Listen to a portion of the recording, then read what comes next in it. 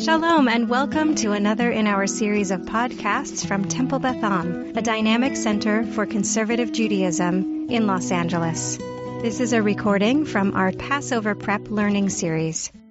I'm going to say a couple of things to get us started. The first one is just to share gratitude to this group and to the work that OneLA does in and around our institution.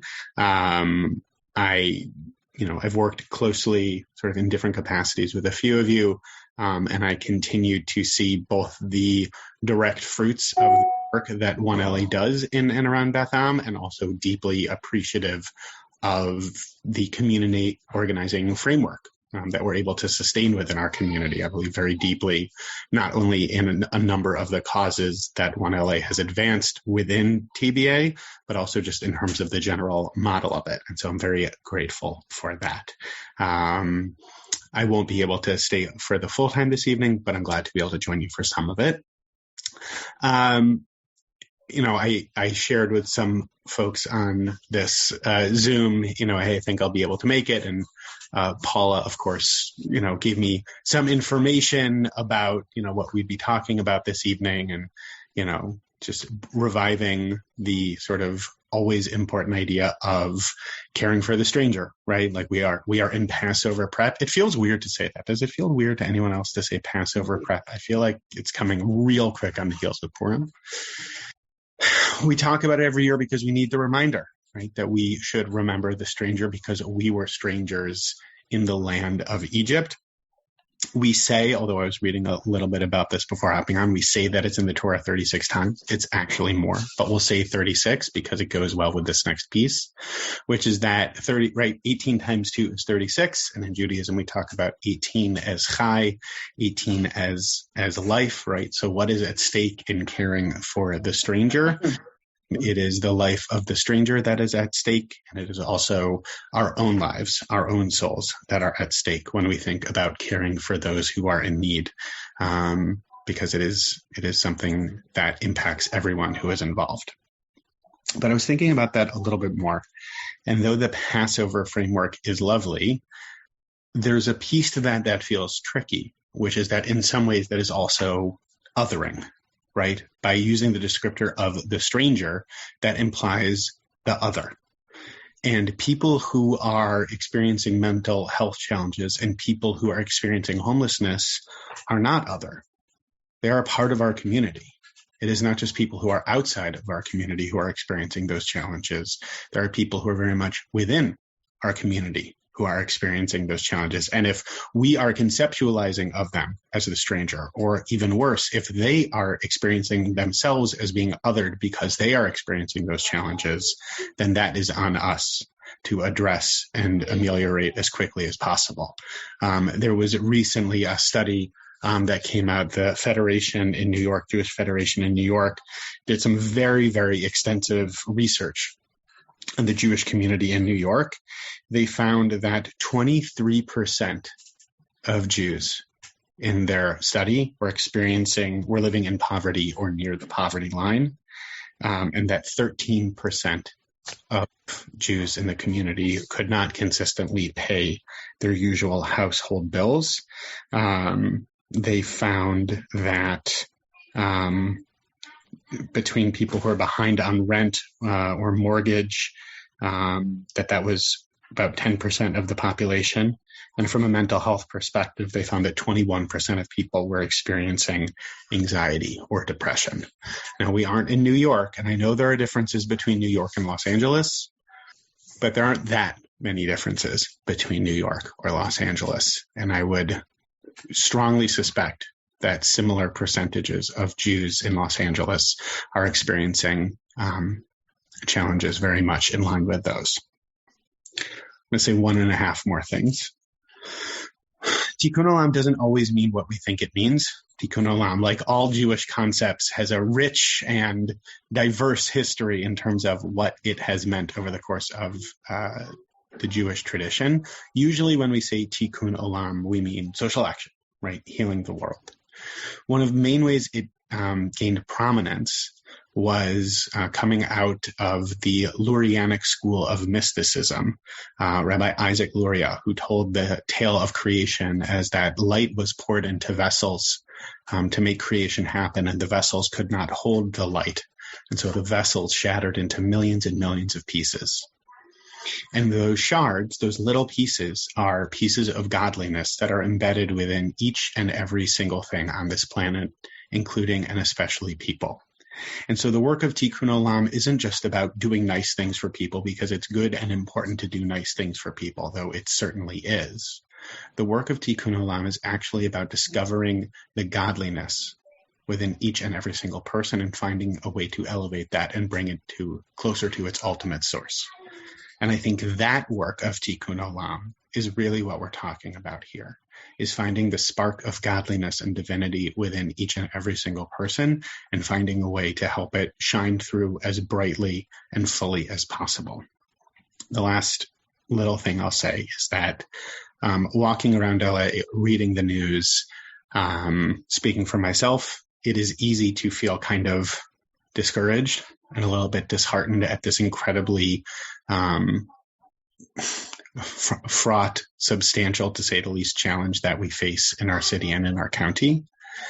And at the same time, for all of the challenges and struggles of the past 2 years, we have also seen that when there is political will and when there is enough energy and urgency put behind a challenge, huge structures and systems and initiatives can happen with rapidity and with substance to shift seemingly intractable issues. And that doesn't happen automatically. And it gives me some hope and it gives me some faith. And it's through this kind of work, through relationship building, through deep listening, through concerted, consistent, ongoing effort, that meaningful change can happen. So that's probably more than you wanted me to say, but you did say you wanted a rabbi here. So I'm sorry for going slightly over time. But I will say, first of all, it's not really over time. It's rabbi time. Second of all, just echoing again my deep gratitude to this group and for all who are connected to it for your ongoing and really deeply meaningful efforts to address these pressing and vital issues, not outside of, but within our community. So thank you. And thank you, Rabbi Shapiro, for your very meaningful words. And I want to thank all of you for giving us the time to listen today. We're members of the OneLA core team of Temple Beth Am. Wave, core team members, so we know who you are. Great. Okay, OneLA is a broad-based organization made up of dues-paying members from religious congregations like churches and synagogues, schools, and nonprofits across LA County who shape the organization's agenda and teach our constituents how to be effective public people. It's been a long time since I had civics in high school. This is really important. So Temple Beth Am is a dues-paying member. And tonight, we're sharing what OneLA leaders have learned about both housing insecurity and mental health from many experts. You'll hear later how we do this. Now, we don't claim to be experts in either area, but what we do have is the experience of everyday citizens. We call this metis. Have you ever been in a situation where decisions are made by people with power, but they never did ask the people experiencing the issue? We work to change that narrative. And I have the next slide. This political cartoon says it all to me. Housing insecurity is a very complex problem. It cannot be fixed all at once, since there are so many reasons for people losing shelter. And you can see that mental health in this picture is only one of the many reasons. OneLA chose to bite off one part of the problem to find an issue that we could work on. Next slide. Here's what we propose to do tonight. You'll see we're going to share what OneLA has learned in the context of political thought. So why are things the way they are? Who makes the decisions? Where does the money come from? And we'll have time to share our experience and reactions And then we're going to propose an action and have time for questions. So we ready to begin? I'm going to hand this over to Marlise Bachrach to share some definitions to make things clearer. Thank you, Nancy. So starting with some OneLA-IAF terms, the first one is house meeting, which is where members of an institution get together to discuss issues and how those issues are impacting them and share stories. And the goal is to help us focus on the most relevant issues and deciding what we're going to focus on. Research action is where we meet with key public officials as well as officials from private institutions and try to understand better about the issues that we're trying to learn about and what kind of strategies are being used. The Civic Academy, like this one, is where we present what we've learned at both house meetings and research actions. And tonight, we'll be including a house meeting as part of it. That's often part of the Civic Academy. And an accountability action is where we meet with public officials to share our own stories, our own agenda, and ask them to partner with us if they're willing to work with us on these issues. And there will be actually an accountability action upcoming on May 15th that you'll hear more about later. There are a lot of terms about this issue: housing insecurity, homelessness, unhoused, unsheltered. And homeless is not who someone is, not their identity, but rather the circumstances they're going through. And someone can be experiencing homeless while sheltered, perhaps living with a friend or in some type of transitional housing, or unsheltered, living out on the street or in their car, for example. People living in shelters can be living in a congregate setting or a non-congregate setting where it's more private. And now I'm going to turn this over to Henry, who's going to speak more about what we've learned about the topic. Henry, I think you're muted. Thank you. I've been trying not to make any noise, and that was a good way to do it. Oops, just a sec. Okay, sorry about that. Thank you, Marlise. I wanted to start with this slide because I wanted to give you a concept of how big Los Angeles is. For those who haven't thought about it, we're over 10 million people. That's bigger than a lot of states. And this is a breakdown by ethnicity of how that population is organized. You'll notice that on the left, we've shown that there's almost 64,000 people, according to a recent Los Angeles Homeless Services Authority assessment, that are experiencing homelessness. And broken down by ethnicity for that, you can see down there, I've shown you that the African American community has over 2.5% of their group is experiencing homelessness. So this kind of gives you a feel for which ethnicities are being the most impacted across the county. As we said before, there's a lot of reasons for why people might be homeless. Poverty, not having enough money to pay for living expenses, discrimination of allowing people in, whether it's overt or not, lack of family ties, and the last two are substance abuse or mental health challenges and the lack of investment in mental health services. We'll talk about that more later. But again, LAHSA, the Los Angeles Homeless Services Authority, says that about 60% of LA's homeless population has cycled through the criminal justice system, which is pretty incredible. So some of the research actions that Marlise referred to, we've looked at about 20 different research actions to prepare for this, and this is just a representative sample of a few. You can see we've dealt with elected officials, other government officials, government organizations, non-government organizations. We've tried to really get a sense of, who is dealing with it and in what way, as broadly as possible. And we wanted to point out that, get my notes here, that about 1/4 of the people that are homeless have serious mental illness issues. 3/4 do not. So these are two separate issues. We want to keep reiterating that. We're looking at the intersection of the two just because trying to bite off everything at once is going to be a challenge. And we saw there was some synergy that might be available with that. But in other words, we're not going to try to solve everything. We're trying to solve something that we think is a starting point. But that's why these two things are being presented the way they are this evening. And this is also important here. Often people cycle in and out of hospitals and the justice system without being put on a sustainable path to recovery.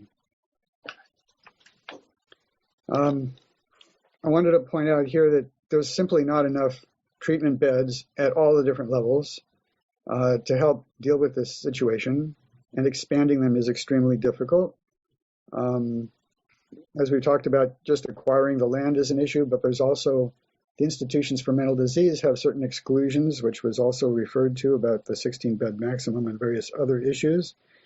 To give you a little bit better feel for the numbers on this, according to a 2019 study, we need about 50 beds per 100,000 residents in order to make this a sustainable effort, and we have less than half that.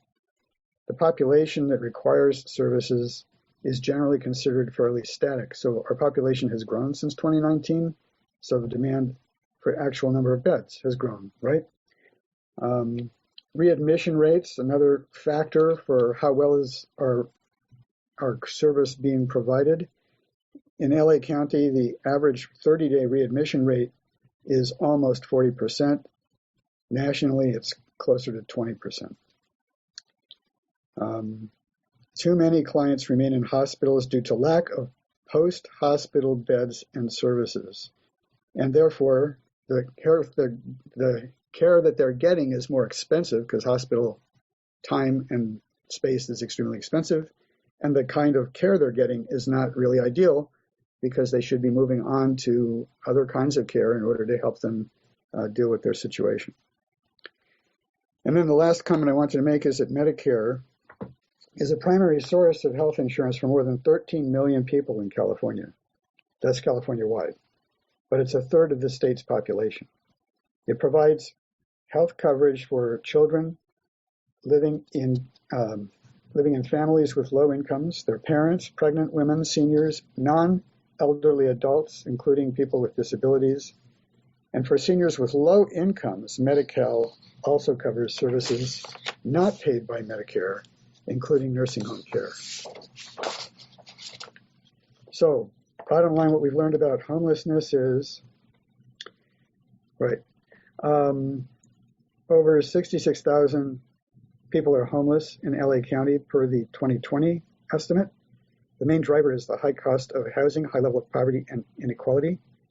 We need two types of housing, both transitional and permanent, both of which we don't have enough of. We're providing housing at a rate of about 207 people per day, which sounds like that's at least progress, but there's 227 estimated per day that are becoming homeless, so we're not even keeping up with the increasing number of people who are in that mode. There are nonprofits like West Valley Home Yes and No Home Alliance, both of which are members of OneLA, that are helping to gain trust through their outreach efforts in the homeless population. There's also many different government organizations involved in trying to solve the problem, as we talked about before. And part of the problem is there's not a lot of coordination between them. And finally, the last thing I want to point out is that the federal voucher for permanent housing system, which includes emergency housing vouchers, are not working in their current form because they're not being distributed well, and they're not even sufficient really in the LA environment to do what they need to provide the housing. So what's common between them? Civic Academy is, this civic reality is dealing with both of the problems, and the topics share a lot of common political causes and issues. A housing first approach is something that seems to be the best way to get people stabilized, both for their mental health and, of course, to help deal with the lack of housing. And as noted earlier, we need a lot more mental health beds to be able to help service the people who are experiencing that particular problem. And now I'm going to turn this over to Paula. So the picture that you see is, can you hear me? So the picture you see is Temple Beth Am's efforts to preserve affordable housing. There's a picture of Robertson Boulevard right by just south of the Walgreens. And there's a picture of a mock-up of a proposed hotel that was being proposed for that location on Robertson. A local developer wanted to build this hotel. It's Council District 5, but would also tear down those 12 rent-controlled apartment units.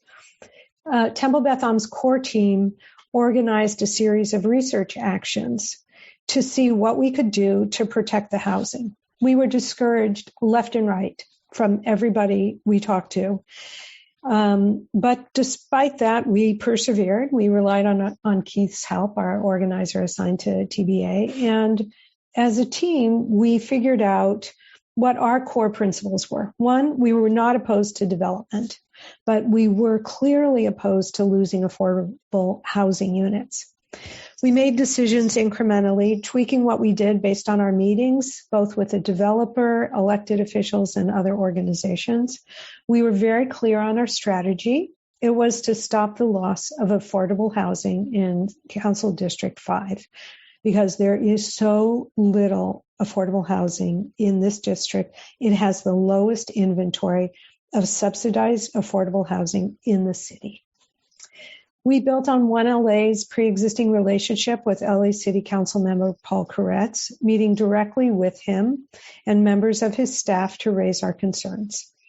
Ultimately, the developer and the city would not commit to replacing the housing or finding alternative housing for the residents. We felt we had no choice, but we really did have a choice. We had a choice to act, and that's what we did. We chose to act. We opposed the development at the City Planning Commission hearing in November by sending a OneLA opposition letter and publicly commenting during the public hearing, during the hearing. And remarkably, we were successful. The commissioners voted unanimously to deny the zoning change and permits needed for the project to go forward. As of yet, there's been no appeal filed, and I just sent an email today to find out the status of it with the city planner. In the process, we elevated and expanded OneLA's name recognition to new parts of the community, and Temple Beth Am's core team is cultivating relationships with new local institutions. We deepened our connections to each other, and significantly, it felt really good to act together to do something for the benefit of the community. Now, we would like to give everybody the opportunity to discuss and to react and to respond to what you've heard tonight so far. We'd like you to have a house meeting. We'd like you to, house meetings are all about your personal experiences. One of our only ground rules we have is we ask you to consent to be interrupted. We don't want any one person to monopolize the conversation, and we'd like everybody to have an opportunity to talk. And so when I'm breaking into two groups? Yes. Great. And so we'll put the questions in the chat, but basically please react to what you've heard so far tonight and how you're feeling. And as Rabbi Matt said, there are no others here. This is us, right? And so what is it that people have been experiencing? What do you feel about it? Thank you. All right. I have the breakout rooms built for Nancy. We'll go about 15 minutes. That sound right? Okay. I'm about to open up the rooms right now. And Ari, feel free to jump into one if you wish. I'm going to probably bounce between the two different rooms. I'll probably bounce also. I'm just taking care of kids right now. Oh, okay. Gotcha. All right. Thanks. Huh? Oh, really? Okay. It's all about you and us. So does anyone have something that would anyone like to start to share?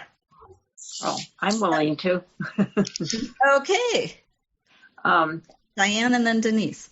Right. So as you know, I spend a lot of time making kits for the homeless, usually around Purim time, and we try also do it in December through the Giving Spirit. And then I go with some people downtown and have the opportunity to really be with the homeless. And I think it would be so good if more people were able to do that, not just to see it more as an intellectual kind of thing or academic type of thing. And we've just met such wonderful people when we go downtown, and we can never have enough bags. There are just so many people there, and we start to give them out, and some of them are used to us coming down, and then I don't know, the word gets out and they all start to come around, and eventually we do run out of bags. But they're so appreciative of what we give them, and they bless us many times over. And it was very moving this past time, because I go with some friends from B'nai David Judea. A dad came with his 7-year-old daughter who was dressed in her Queen Esther costume.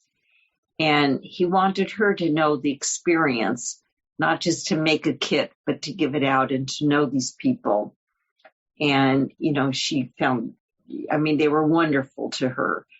Oftentimes, I know people are afraid of the homeless and they think that they're going to, do something outrageous. But I have to say, in the years that I've gone downtown, I haven't had that experience. And I just think it's very rewarding to go and speak with these individuals, and encourage everyone to try and do the same.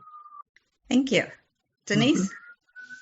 Yeah, I don't want to say anything. Okay, I can be very honest, because my experiences are always just walking down Pico Boulevard Oh, yeah. to the post office, just past La Cienega. And there are usually people who I pretty much can guess are not sheltered, and many of whom have some mental health issues. And so on the one hand, it makes me very sad that this many people in our city don't have a place to live and aren't receiving the services that they really and truly need that could be helping them. And on the other hand, as I was walking the other day, right, a few months ago, someone out there was very violent. And I crossed the street because it was scary. So while at the same time it can be, I can feel deep compassion and want to fix this issue, there is definitely that element of, some fear as well. Okay. Yeah, Denise. Now that I've been honest, are you ready? Yes, no. Yeah, because Diane is so gracious and brave, and I'm not. But I have a very similar experience to Nancy, like every day. I live near the Grove, and a couple days ago I was walking to get my nails done, and there's some woman kind of strewn out in front of the Writers Guild, and she's like surrounded by a pile of garbage, and she's screaming and throwing things. And I ran into the street. Like, I literally felt safer running into traffic in rush hour than walking by. And then walking home, there was a couple of people asleep on the corner in front of Trader Joe's by the bus stop. Today, at an abandoned flower shop a block west of Trader Joe's, there's a woman with like no clothes, scrubbing herself, but also with garbage strewn around. Like, this is not okay. You know, there's one thing is compassion, and we can have compassion all day long. But that doesn't make it okay for people to be sitting around hallucinating, surrounded by garbage in the middle of the street. Like, I just don't feel okay with that, you know, and I feel like it's just really not okay. You know, even on Shabbat afternoon, I was walking to a class, and there was some guy, I saw him coming towards me, like maybe a few blocks. My vision's not great. So he was like maybe a block and a half away. And he had like these kind of pants with like all kinds of things flying off the sides. And he's got this like walk. And I thought, you know, it's so LA, you literally can't tell if someone's just nuts or fashionable. Like, you can't tell. But he was in group A, and he started following me. And then, so I ran into a plant store, and then I left. And then like a few blocks later, I had to turn to go to my shir. And all of a sudden he pops out of the alley. I'm like, ah! So I ran back.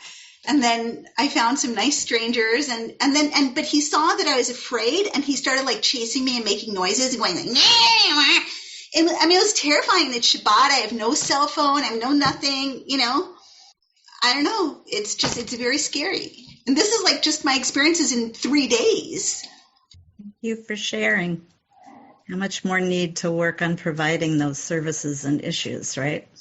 I think providing the services 1,000%. And like, I spend not a lot of time, but a fair amount of time in Europe, and this doesn't happen. And like, biology doesn't change, right? Like, mental illness and the processes that go on biologically, they don't change when you cross the border. And the process of addiction doesn't change when you cross the border. But there are certain things that, you know, so they have like a lot of supportive housing and things like this.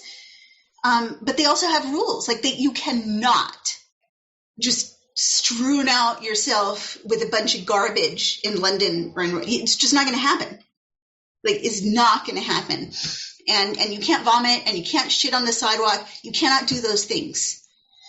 And here you can. And the thing is that when there's no self-control required, like, I feel like self-control is an important tool for wellness. When something is required of people that they have to tap into, even if it's this much left inside that's functional, that helps them, you know, and what we're doing is not helping. Thank you. Anybody else?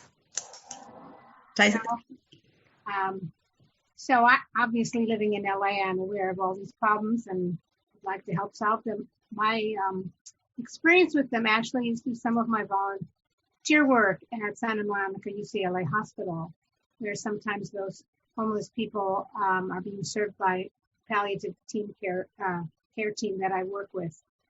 You know, I know a lot of stories about how, you know, one gentleman a woman actually, would just ride the bus all night long, every night to be.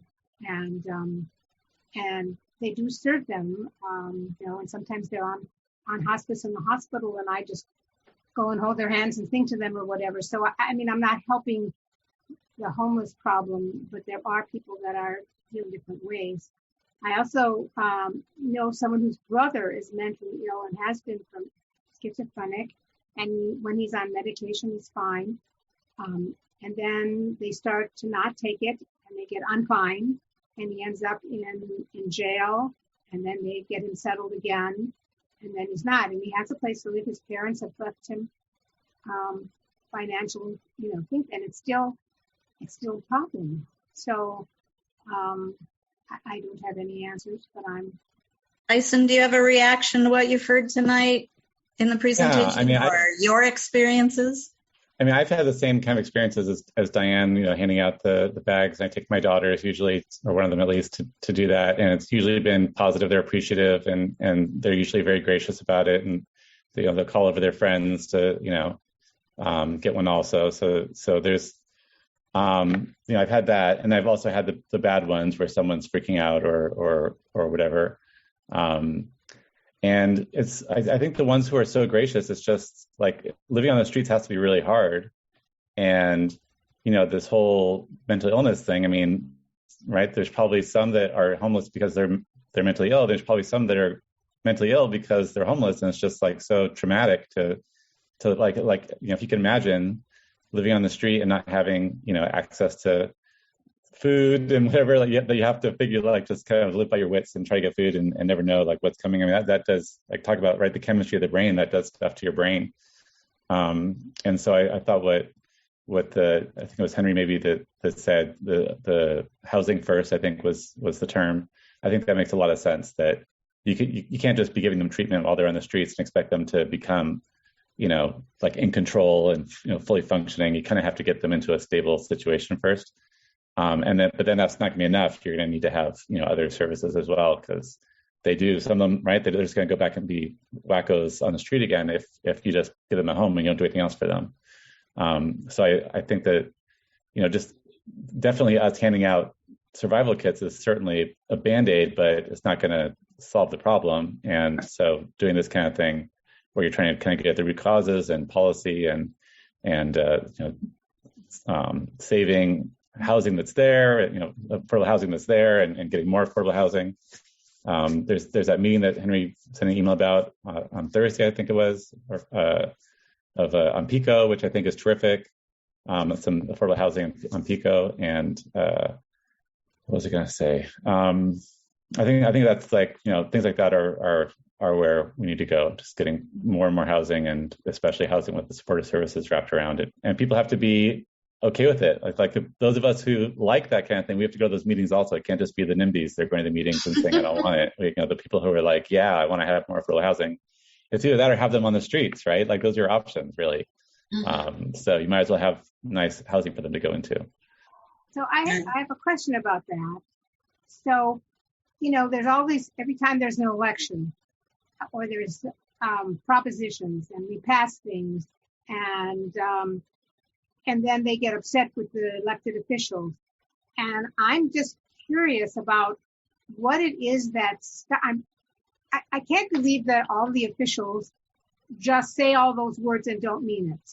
So I don't understand what is, other than the people who don't want the housing near them, what is stopping this from happening? And I don't know that any of you have the answer. One of the reasons is because it's so expensive for them to build it. When you see like the per unit cost, it's ridiculous. Like, you'd think that they're getting like a swimming pool or something with the cost of it. And some of that is because of some very well-meaning like environmental rules that makes it extremely expensive to build things. So they might have to figure out something that's, more than just bonds to figure out ways to cut some red tape to be able to build these things faster and cheaper. The last research action that was on that list was the I forget what his organization's called, but they build tiny homes. They've built them in the valley. Mm-hmm. There's a group of tiny homes. Costs so much less to do this, and they make like a community, and they have the services there that they provide. Just as if you were in, supportive housing, because it is supportive housing. And he's looking to build another set of tiny homes in other places. So that's really get more creative. Yeah, exactly. Now, across the street from where the guy was going to build the hotel, they are building a very tall building, but it is going to have some affordable housing in it. So like where the yogurt store, I don't know if you know, but where Milky's yogurt store used to be, that's going to be a 7-story building with affordable housing. Diane and I went to a multi-story building a couple of years ago on Arlington Square, and it was beautiful. But I went too. Okay. And then there was remember that empty parking lot? Because they still have a rule that you have to have a parking spot for every, and that adds like whatever, $50,000 to the cost of the unit. And people have no cars. Don't have cars. It was like empty. So like they really have to change the rules, not just dedicate money, but have to change the rules to get more bang for the buck. So more houses can get built. Right. Wow. Absolutely. Well, these research actions are just fascinating. I've gone to quite a few of them, and you really kind of get behind the scenes. Dadushka's in the house. So, Paula, you want to check in and see if there's anybody who has some thoughts? Paula, you're muted. I was wondering if anybody had something that they hadn't heard of before or learned before or was notable for them that they wanted to share. I just never knew that when it's cold out there, you would assume that people need shelter. But what Mark was telling us is that in New York, many of the churches and temples actually will have people, when it's freezing outside, will have them stay in their sanctuaries with some security. But that was fascinating for me. Anybody else? Bonnie, did you want to share anything? I can't hear you, Bonnie. You're still muted.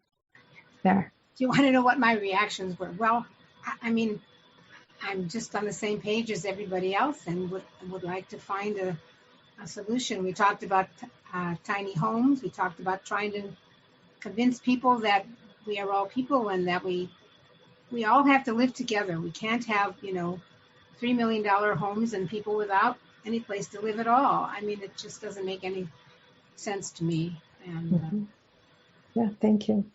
I wish I could help more. Well, you're here tonight, and don't worry, we'll ask you to do more. I wanted to introduce Gary Bachrach, building on what we've learned. Gary will discuss, based on all the House meetings, what LA needs to do to address these issues of mental health and homelessness, the intersection of those. Gary. Okay, thank you, Paula. As I mentioned, I'm going to talk about mental health and homelessness. What does LA need? What does the city need to do? And breaking it up to sections, what LA really needs is more mental health beds. And what are mental health beds? There's really three types. One is beds actually in the hospital. Two is subacute facilities where the people are locked up because they're substance abuse users and they need to be safe. And the third one is residential unlocked boarding care facilities. But there's a problem. What is the problem? They're not cheap. They have substantial costs to build these facilities. You need land. You also need approval for overnight permits. How many people want a mental health facility next to their house? State and local agency need to provide licenses. There needs to be funding. These are, as I mentioned, they're not cheap. Ongoing operations, and you need staff. And next slide, please. You also need a lot of mental health professionals. It's a real skill to handle somebody that has mental problems.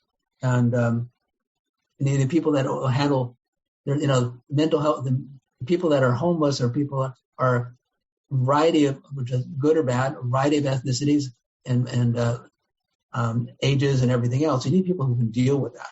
And you need to streamline. There's a lot of streamlining to fix things for an example, you cannot have a Medicare facility for mental health problems if it has more than 16 beds. Why not have those? That's a political issue that needs to get resolved. Next slide, please. Again, dealing with this homelessness, what does LA need is more beds, more housing. The problem is that since there's not much housing and the supply and demand issues, the housing is just so expensive. There has not been much building for the last 30, 40 years. And if you have housing, well, there are different types of housing. You have interim housing, which is for short-term purposes. And then also you have long-term housing, which is basically you can have subsidies in these housings to allow people who can't afford the normal rent, or you can get housing vouchers, or you can have housing with support services. It just goes on, but there's a lot of ways to allow people to be in homes and off the street if the society helps. And one more slide, please. Another thing is LA needs effective public sector work. Government, there's so many government failures. I mean, we have these $1 million units being built right now for homeless. And that's not the best way to do that. And maybe there's a better way to build them cheaper. That's a government failure. And we need to understand how to get the bureaucracy working better. And there's little things like the psychiatrists at the Department of Mental Health have caseloads of 400 patients or more. Maybe that's too many. Maybe they need to fund more psychiatrists, government sponsored or outside psychiatrists who can help this problem. And I'd like to forward back to Paula for the final up. So speaking of effective public sectors, who has the power to make government accountable to deliver the change that we see that we need? We've learned so much about what the problems are and the seriousness of them, and we know that there are challenges, but we also know there have been solutions. All the House meetings have indicated what you can do, and there's some of them are in the works, and change is possible, especially on the eve of the election. But it's really clear no single government entity has the power to effectively coordinate all of the mental health treatment and the housing across LA County. The county itself has 88 cities and 5 supervisory districts. And in the city of LA, we have the mayor and 15 council districts. Sometimes these council districts, next slide, are defined as fiefdoms because the council member can do essentially whatever he or she wants to do within their district, and the other council district members don't stop them. And we saw this in the pandemic, where the city council controlled most of the emergency pandemic funding for housing, and this didn't funnel that money into LAHSA. Each city council, they just passed this new ordinance where each city council member can decide where they want to ban homeless encampments in their district, not what works for the entire city, but what works for my district. And so you see this map here. These are the council districts. These are the 88 incorporated cities and towns. And there's unincorporated areas in Los Angeles County as well, and the supervisorial districts. So we have this mishmash of local government, and there's no one who is working all together. And even the most recent egregious example was there's a county, LA County, came out with a recommendation for a homelessness czar, but the city of LA declined to even participate in this commission to study homelessness. Next slide. So Rabbi Matt said, energy and will, we can accomplish things. What we see now is supervisors and the city council districts are dividing up money and power. They're each taking care of their own district. And these like micro solutions for each district never address this regional or citywide problems. And yet we know there are so many good ideas, but none of them work unless we coordinate together. And there will be no coordination unless we, civic organizations such as Temple Beth Am, such as OneLA, such as other, local entities, apply pressure to public officials and hold them accountable for working together to address all aspects of this homelessness issue across the county, and also to specifically address the mental health treatment options across the county. Things will not get better until we all work together. So I want to turn it over to Nancy. Thank you, Paula. Probably like most of you, when I'm faced with the world's problems, I feel depressed and powerless and actually paralyzed. What can I do as an individual? For me, the antidote to those feelings is organizing with others. In our original title, it said, if not now, when? But it should also say, if not me, then who? So there are several things that you can do that will make a difference. If you'd like, you can participate in more research actions with us. We're working on setting up a meeting with Jonathan Sharon, who is the director of the County Department of Mental Health. Sounds like a really interesting one. And then also, you can be one of 500 people who will come together on May 15th in what we call a candidate accountability action.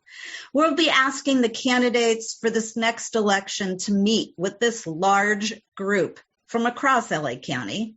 We don't allow them to make stump speeches, but we present moving stories to them about the issues we care about, and then we ask them to respond. And most importantly, we ask them to meet with us in the weeks after they become the mayor or the council member or supervisor or whatever, to meet with a smaller group to continue our discussions and our relationship. And I can tell you from personal experience, there is power in being in that action with so many people from all across LA County. So keep your eyes open for more information about the location and the time, but it probably will be that Sunday afternoon on May 15th. So if you know already that you'd be interested in participating, please put your email in the chat. And then if anyone has any questions, while remembering that we are not content experts, we are more than happy to take questions now.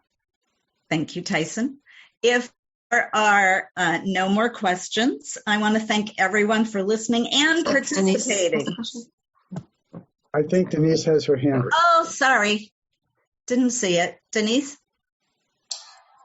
Yeah, I was just wondering on the candidate accountability, are there any people who we know are coming, or are there people who we know we're not reaching out to, or like how is that going to work?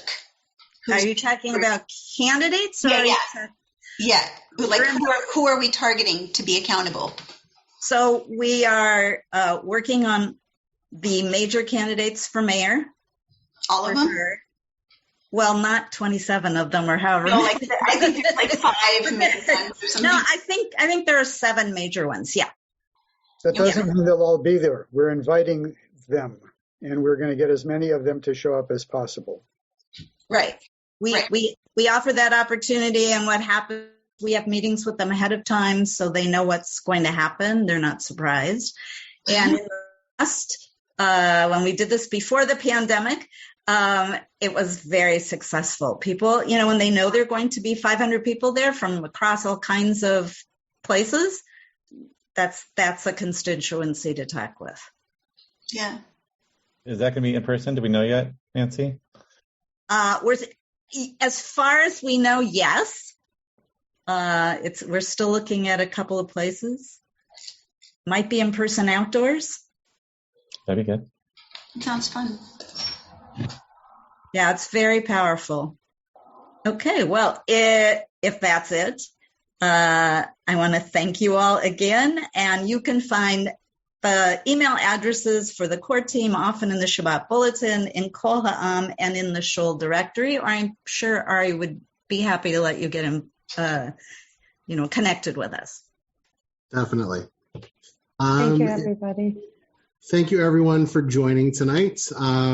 This will hopefully be up on the Temple Beth Am YouTube page within 24 hours or less. It will also be shared on the Temple Beth Am podcast. So listen for all of your voices there. And I hope you will join us next week for some of our offerings for Pesach.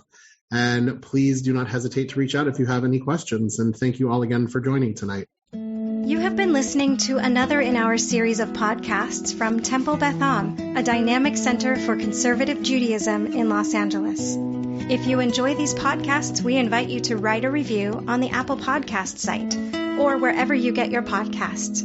For more information about Temple Beth Am Los Angeles, go to tbala.org.